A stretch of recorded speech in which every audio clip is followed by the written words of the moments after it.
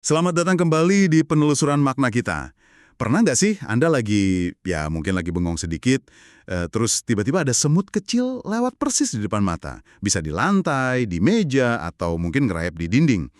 Dan entah kenapa gitu ya, dari sekian banyak hal lain, perhatian Anda kok rasanya kesedot ke makhluk mungil itu. Momen sepele banget mungkin ya. Tapi pernah nggak sih terasa, agak beda gitu? Kayak ada sesuatu yang mau disampaikan. Nah, hari ini kita bakal gali lebih dalam nih sebuah teks yang menurut saya menarik banget, judulnya Petunjuk pada Setiap Kehadiran. Sumber ini tuh ngajak kita buat melihat, ya, kemungkinan bahwa nggak ada yang benar-benar kebetulan di alam semesta ini. Misi kita kali ini, kita coba bongkar deh gagasan intinya, bahwa tiap peristiwa, sekecil apapun itu, ya kayak semut lewat tadi, bisa aja bawa pesan ilahi. Kalau aja kita mau dan bisa nyimak. Kita bakal fokus ke contoh semut ini, kita gali lapisan maknanya, ya seperti yang diurai di sumber kita itu. Tepat sekali. Ini perspektif yang cukup menantang ya cara pandang kita sehari-hari. Intinya kan gagasan di teks itu alam semesta ini seolah-olah ya ngobrol sama kita gitu. Pakai bahasanya sendiri. Bahasa peristiwa, bahasa alam ya, bahasa ciptaan. Nah pertanyaannya kan seperti yang di sumber itu bilang, kita cukup peka nggak buat dengerin? Mari deh kita coba urai bareng-bareng makna apa aja sih yang mungkin tersembunyi di balik fenomena biasa ini, khususnya lewat studi kasus semut ini ya. Oke. Kita langsung masuk ke jantung gagasannya kalau gitu. Konsep paling dasarnya kan, sumber ini bilang, segala sesuatu di alam ini ada tujuannya. Nggak ada yang acak. Semuanya itu ekspresi kehendak ilahi. Terus disebut juga, karena ada batas jelas nih antara pencipta dan ciptaan, tiap kejadian di alam ciptaan ini bisa dianggap semacam bahasa atau isyarat dari sang pencipta. Nah, gimana nih kita sebaiknya memahami konsep bahasa Allah ini biar nggak salah kaprah? Nah, ini poin krusial memang. Teks ini tuh ngedorong kita buat lihat lebih jauh dari sekedar penjelasan material atau biologis aja. Ya tentu, angin niup ada penjelasan cuacanya, daun jatuh ada gravitasi, semut gerak ya ikutin feromon atau cari makan, itu benar semua di level fisik. Tapi, yang ditekankan di sini tuh momen kesadaran subjektif kita. Pas perhatian kita secara spesifik, kesedot ke satu kejadian misalnya, yaitu tadi, semut lewat pas kita lagi mikirin sesuatu, teks ini bilang, momen itu yang nggak kebetulan. Itu dianggap kayak sentuhan kesadaran gitu. Sinyal dari pencipta buat kita berhenti bentar, perhatikan. Bukan semutnya aja secara fisik, tapi timing dan fokus perhatian kita ke semut itu loh. Oh, jadi ini bukan soal nyari-nyari pertanda gaib atau tahayul gitu ya. Lebih ke ajakan buat, melatih kepekaan gitu, kesadaran buat nanya ke diri sendiri. Kenapa kok perhatianku ke sini sekarang? Ada pesan atau hikmah nggak ya yang relevan sama kondisiku? Kayak nyari lapisan makna yang lebih dalam gitu ya di balik fenomena alamiah. Anda sendiri mungkin pernah ngalamin momen gitu kan? Pas kejadian biasa, kok rasanya nyentil sesuatu? Teks ini seolah ngasih izin buat kita eksplorasi perasaan itu ya. Betul, betul sekali. Ini sama sekali bukan nolak sains atau logika sebab akibat duniawi, tapi nambahin dimensi lain, dimensi makna personal, spiritual. Teks ini kayak bilang, realitas itu nggak cuma dijalankan hukum fisika, tapi juga ada kebijaksanaan agung yang nata segalanya. Dan momen-momen kesedotnya perhatian kita itu celah di mana kita bisa ngerasain atau nangkap isyarat dari kebijaksanaan itu. Jadi pertanyaan reflektif, kenapa ini narik perhatian saya sekarang, itu jadi kunci. Nah, dari konsep umum ini, teksnya terus bawa kita ke contoh yang spesifik banget dan dalam. Semut. Kenapa sih harus semut? Apa yang bikin makhluk kecil ini jadi kayak simbolisme gitu menurut sumber ini? Di sini nih pembahasannya jadi menarik banget. Semut dipilih kayaknya ya, karena dia itu representasi banyak banget kualitas dalam hidupnya yang sederhana tapi penuh perjuangan itu. Teks ini ngidentifikasi semut itu sebagai simbol kerja keras ya, usaha yang nggak kenal lelah, terus kehidupan komunitasnya yang teratur, kemampuan cari dan kelola rizki, kesabaran hadapi rintangan, keteraturan sosialnya, dan ketekunan yang luar biasa. Banyak banget pelajaran dari makhluk sekecil itu. Artinya nih, kalau kita tiba-tiba ada semut lagi baris kah, bawa makanan, atau cuma lewat aja, itu bisa ditafsirkan sebagai pesan yang relevan sama salah satu aspek itu di hidup kita. Gitu ya? Menurut alur pikir teks ini, ya bisa jadi begitu. Misalnya nih, kalau Anda lagi ngerasa hidup kok agak berantakan ya, atau kurang arah. Nah, lihat semut yang teratur itu bisa jadi pengingat halus, pengingat pentingnya nata hidup lagi, tegakin disiplin, atau bangun keteraturan. Atau kalau lagi capek berjuang, lihat tekunnya semut bisa jadi suntikan semangat buat terus usaha. Sumbernya bahkan nyebut kemungkinan ini panggilan buat evaluasi lagi rasa tanggung jawab kita. Mungkin ada tugas-tugas yang terabaikan gitu. Wah, ini menarik. Jadi nggak cuma ngamatin pasif, tapi bisa jadi ada undangan buat bertindak ya, kayak kerja lebih giat, beresin jadwal, atau selesaikan pekerjaan yang ketunda. Kedengarannya praktis juga ya? Bisa jadi interpretasinya gitu, tergantung konteks personalnya. Tapi makna semut di teks ini nggak cuma soal usaha dan keteraturan aja loh. Ada dimensi lain yang kuat banget, yaitu kaitan semut sama rezeki dan berkah. Teks ini gambarin semut sebagai makhluk yang pinter jemput rezeki, nyiapin masa depan, nyimpan persediaan, selalu waspada gitu, antisipatif. Jadi, lihat semut bisa juga diartikan sebagai pertanda baik soal kelimpahan. Teksnya bahas ini lebih jauh nggak? Iya, cukup dalam dibahasnya. Kehadiran semut menurut perspektif ini ya, bisa nandain terbukanya pintu rezeki atau kelimpahan. Dan yang penting digarisbawahi teks ini, rezeki itu nggak melulu materi loh. Bisa jadi ini pertanda datangnya berkah spiritual, ilmu baru, ketenangan batin, atau mungkin solusi masalah. Bahkan ada disebut spesifik di teks kalau semut muncul di dalam rumah, itu bisa jadi isyarat babak baru dalam hidup lagi dimulai. Fase yang mungkin butuh sabar ekstra dan persiapan matang sebelum hasilnya kelihatan. Wah, makin dalam ini. Terus puncaknya nih, teks ini ngehubungin semut langsung sama sifat-sifat atau asma Allah. Ini gimana penjelasannya? Nah, ini salah satu poin paling menggigit ya di teks itu. Disebutkan eksplisit beberapa asma Allah yang tercermin di kehidupan semut. Misalnya, Al-Mudabbir yang maha mengatur segalanya. Ini kan kelihatan ya dari keteraturan koloni semut. Terus Al-Muhaimin yang maha memelihara, mengawasi, itu tercermin dari cara semut jaga komunitas dan larvanya. Dan yang paling jelas mungkin Ar-Razak yang maha memberi rezeki, kelihatan banget dari kemampuan semut nemuin dan kelola makanan. Jadi inti gagasannya itu bukan cuma lihat semut sebagai simbol, tapi gimana makhluk sekecil ini bisa jadi cermin hidup buat prinsip ilahi yang ngatur alam semesta. Pengamatan simpel ke semut dalam kerangka pikir ini bisa jadi momen koneksi langsung sama sifat-sifat Tuhan yang lagi bekerja di alam. Menarik banget cara pandangnya. Lihat ciptaan sebagai cerminan sifat penciptanya. Tapi ini jadi bikin nanya nih, kalau semut bisa berarti sebanyak ini, gimana kita tahu makna mana yang pas buat kita? Ada panduan nggak di teks ini soal penafsiran? Justru di sini letak uniknya sekaligus tantangannya ya dari perspektif teks ini. Ditegaskan jelas banget kalau penafsiran tanda-tanda ini tuh nggak kaku, nggak dogmatis, atau universal kayak baca kamu simbol gitu. Maknanya itu personal banget, kontekstual, dan terkait erat sama momen kehidupan yang lagi kita jalanin sekarang. Teks ini bilang, realitas sejati itu nggak cuma berdasarkan sebab akibat lahiriah yang kita lihat, tapi bertumpu pada lapisan realitas yang lebih dalam, di mana ada kebijaksanaan ilahi yang ngatur semacam skenario atau rencana gitu. Artinya, buat Anda yang dengerin nih, kalau besok pagi lihat barisan semut di dapur, maknanya buat Anda bisa beda banget sama makna buat orang lain yang lihat semut sama, tapi waktunya beda atau kondisi hidupnya beda. Gitu. Tepat sekali. Teks ini nyaranin kita jangan lihat semut itu atau kejadian kecil lain cuma sebagai makhluk biologis ikuti naluri, tapi lihatlah sebagai potensi pengingat, peringatan, atau bahkan kabar baik yang relevan. Relevan sama apa yang lagi terjadi di dalam diri Anda atau hidup Anda saat itu.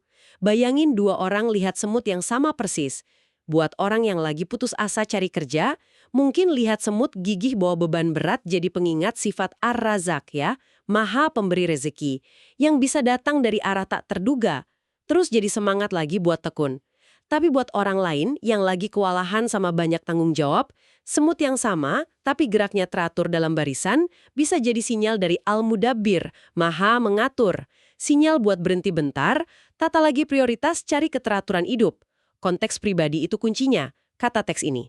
Paham poin soal makna personal ini. Tapi ada risiko nggak sih kita jadi overinterpretasi? Lihat pesan ilahi di tiap lalat berdengung atau cicak jatuh, malah jadi cemas atau bingung nanti. Teks ini ngasih semacam batasan atau rambu-rambu gitu nggak? Pertanyaan bagus itu, relevan sekali. Teks ini memang nggak secara eksplisit ngasih batasan teknis ya, tapi penekanannya itu ada di kesadaran reflektif dan koneksi ke kondisi batin. Ini bukan soal secara obsesif nyari makna di tiap detail, tapi lebih ke memperhatikan momen-momen pas perhatian kita secara alami dan kuat tertarik pada sesuatu yang biasanya kita abain. Fokusnya di kualitas perhatian sama kejernihan niat pas nanya apa pesannya buatku. Kalau dilakuin dengan hati tenang, niatnya cari hikmah, bukan cari ramalan atau pembenaran, risikonya mungkin bisa diminimalisir. Tujuannya kan pencerahan dan perbaikan diri, bukan bikin cemas. Itu klarifikasi penting. Jadi kuncinya di kualitas perhatian dan niat di baliknya. Menarik juga nih, sumber ini pakai frasa pesan untuk move on. Maksudnya apa ya? Iya, frasa itu cukup menggugah ya. Seolah-olah kehadiran semut itu dalam konteks tertentu bisa jadi dorongan lembut dari alam semesta atau ya sang pencipta dalam bahasa teks ini buat kita lanjutin perjalanan hidup. Mungkin kita lagi kejebak penyesalan masa lalu atau ragu sama masa depan atau sekedar diam di tempat. Nah, lihat semut yang terus gerak maju, kerja tanpa henti, bisa jadi simbol buat kita juga bergerak. Kembali ke tujuan hidup, lepasin apa yang ngehambat, fokus ke langkah selanjutnya. Ini bukan cuma pengamatan, tapi bisa jadi pemicu refleksi internal yang dalam, terus ngarah ke perubahan sikap atau tindakan. Oke, setelah bahas makna simbolis dan interpretasi personal, teks ini ternyata nggak berhenti di situ. Dia ngajak kita masuk lebih dalam ke dunia semutnya sendiri, buat metik pelajaran langsung dari kualitas hidup mereka. Salah satu yang disorot itu tawakal. Gimana konsep ini dijelasin dalam konteks semut? Tawakal itu seringnya diterjemahin berserah diri ya, tapi teks ini ngasih nuansa penting. Dijelasin sebagai keberserahan total ke Sang Maha Penentu. Tapi, ini keberserahan yang datang setelah ngerahin semua daya upaya. Semut itu contoh sempurnanya. Mereka kerja keras luar biasa, kumpulin makanan, bangun sarang, rawat koloni, seolah besok itu sepenuhnya tergantung usaha mereka. Tapi, teks ini bilang, di saat yang sama mereka itu masrahin hasilnya ke skenario ilahi. Usaha maksimal itu bagian dari tugas mereka dalam hukum alam, atau ya sunatullah. Nah, Anda nyebut sunatullah. Bisa dijelasin dikit lagi nggak maksudnya gimana di konteks ini? Tadi cuma disebut hukum alam atau ketetapan Tuhan. Tentu, sunatullah di sini maksudnya ya prinsip-prinsip atau hukum ketetapan Tuhan yang jalan secara konsisten dan teratur di alam semesta ini. Ini mencakup hukum fisika yang kita tahu, kayak gravitasi yang bikin semut bisa jalan di dinding, hukum biologi, naluri semut cari makan, tapi juga hukum yang sifatnya non-fisik atau spiritual, kayak hubungan sebab akibat di ranah moral atau spiritual. Misalnya hubungan antara kerja keras, ikhtiar, sabar, tawakal, sama datangnya pertolongan atau rezeki dari Tuhan. Nah, kehidupan semut menurut teks ini itu manifestasi nyata dari jalannya sunatullah ini. Mereka usaha maksimal, sebab, terus hasilnya, akibat, mereka serahin ke aturan main yang udah ditetapin pencipta. Jadi, tawakal ala semut ini ngingetin kita kalau usaha keras itu perlu banget. Tapi ngegantungin harapan dan rasa aman cuma ke usaha kita sendiri itu keliru ya. Kita harus usaha sekuatnya, terus lepasin hasilnya ke aturan main ilahi gitu. Tepat! Usaha itu wujud ketaatan kita ke sunatullah sebab akibat, tapi hasil akhir ya di tangannya. Kesadaran ini, menurut teks, yang bawa tenang sejati, bukan semata hasil usahanya. Kualitas lain yang ditekankan banget itu sabar. Dan lagi-lagi, teks ini nawarin definisi menarik. Sabar itu bukan nunggu pasif tanpa kepastian. Gimana definisi sabar yang ditawarkan? Aktif nyiapin diri. Ini sabar yang dinamis, bukan pasif. Contohnya jelas di semut. Mereka sabar nunggu musim panen atau kondisi pas buat keluar cari makan. Tapi selama nunggu, mereka nggak diam. Mereka rawat sarang, jaga larva, bersih-bersih diri. Mereka terus siap-siap. Teks ini bahkan nyiratin kalau munculnya semut di rumah kita bisa jadi semacam kode. Pengingat, biar kita segera lakuin persiapan yang perlu. Karena mungkin ada perubahan, baik atau buruk yang lagi deket. Kayak ada pesan, siap-siap ya, waktu bertindak bentar lagi. Wah, ini kayak lihat alam jadi sistem peringatan dini yang halus ya. Selain tawakal dan sabar, apalagi kualitas semut yang diangkat? Konsistensi dan keteguhan atau istiqomah ya kalau pakai istilah yang mungkin relevan. Teks ini ngelukisin gambaran yang visual banget. Seekor semut kecil, mungil, susah payah bawa remah roti yang mungkin puluhan kali lebih gede dari badannya. Lewatin medan sulit, kerikil, tanjakan, celah, tapi nggak nyerah. terus aja gerak ke tujuannya. Ini jadi metafora yang kuat banget buat perjalanan hidup kita kan. Betul sekali. Lihatnya aja, kadang kita ikut ngerasa capek, tapi juga kagum gitu. Gimana teks ini ngehubungin keteguhan semut ini sama hidup kita? Keteguhan semut ini dilihat sebagai cerminan gimana seharusnya kita jalanin hidup, ya urusan duniawi maupun spiritual. Bahwa usaha dan perjuangan itu sendiri pas dilakuin dengan niat lurus dan konsisten, bukan cuma aktivitas fisik, tapi merupakan refleksi dari sifat ilahi, kayak kehendak buat mulai dan kekuatan buat lanjutin. Hidup menurut pandangan ini sebaiknya dijalanin sesuai rel ketetapannya, dengan komitmen yang lurus, nggak gampang goyah sama kesulitan atau godaan. Nah, lihat semut yang istiqomah bisa jadi teguran lembut buat kita. Udah lurus dan konsisten belum kita sama komitmen dan tujuan hidup? Udah dilengkapin belum sama sabar, persiapan, dan tawakal buat jaga konsistensi itu? Perenungan yang dalam sekali ya dari makhluk sekecil semut. Satu lagi nih poin menarik yang tadi sempat disinggung di awal, soal gimana teks ini ngontrasin keteraturan komunal semut sama ide superhero. Bisa dijelasin lagi?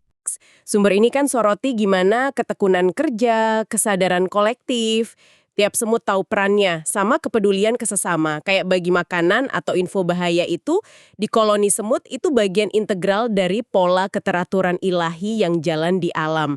Tiap individu kontribusi sesuai kapasitasnya buat kebaikan bareng.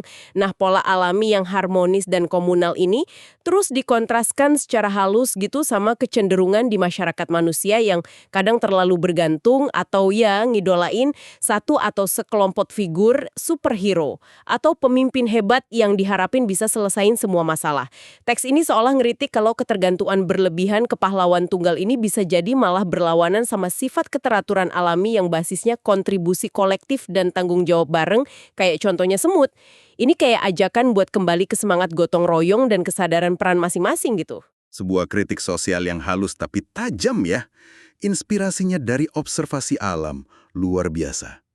Jadi nih, setelah semua pembahasan ini, apa intisari yang bisa kita tarik buat Anda yang dengerin dari teks petunjuk pada setiap kehadiran ini? Intinya, saya kira ya, ini sebuah undangan buat lihat dunia sekitar kita pakai mata yang beda.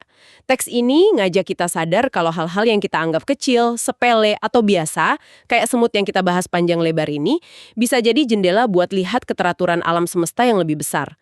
Dan yang lebih penting lagi, momen-momen perhatian kita ke hal-hal kecil itu bisa jadi bawa pesan yang personal banget dan relevan buat perjalanan hidup kita saat ini. Kalau kita membuka diri buat baca pesannya lebih dari sekedar wujud fisiknya. Ini bukan soal tahayul loh ya, tapi soal ngasah kepekaan spiritual sama kesadaran reflektif. Jadi ini semacam latihan buat jadi lebih hadir dan peka ya sama momen-momen kecil di keseharian kita. Dan ini munculin pertanyaan lanjutan yang penting nih, yang juga kesirat di teks ini.